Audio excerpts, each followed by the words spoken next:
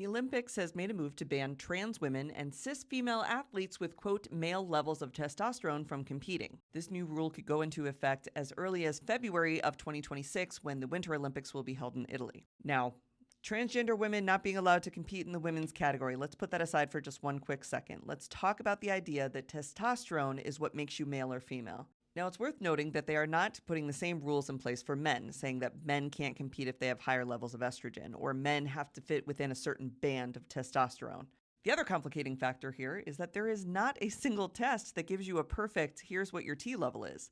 It changes, not just by person and by ethnicity, but also by time of the month. Your testosterone levels may be lower during your period and higher at other points. So, what are you going to test every single day and take an average? Naturally, African American women and Native Hawaiians have higher levels of testosterone. And in sports, there's this thing called natural advantage, which means the way you were born may give you a natural advantage in athletics. Like, say you come from tall parents, you're very tall, you might be better at basketball. Or Michael Phelps, who was physically constructed different than other swimmers. He had a wider wingspan than the average man. Are we going to be like, I don't know, auditions for the New York City Rockettes and say all athletes competing in this category need to be between 5'6" and 6 foot and this weight and these levels? What are you doing?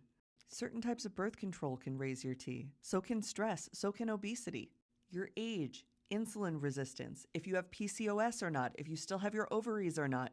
Having a miscarriage can make your testosterone levels higher. This is what we said when we warned people that the attempt to ban trans people from sports would not end with trans people. South American two-time Olympic champion Caster Semenya wrote a book called Race to Be Myself about how she had been forced to take medications that would lower her testosterone to be able to compete internationally. She talks candidly about how it destroyed her body, put her under massive stress.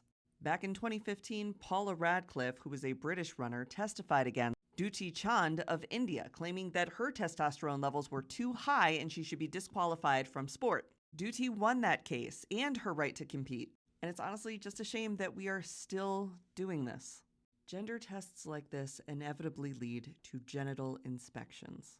And that shit creeps me out, okay? Haven't we seen enough sex abuse in athletics? Do you really want your middle school daughter who just wants to play softball with her friends to have to undergo a genital exam?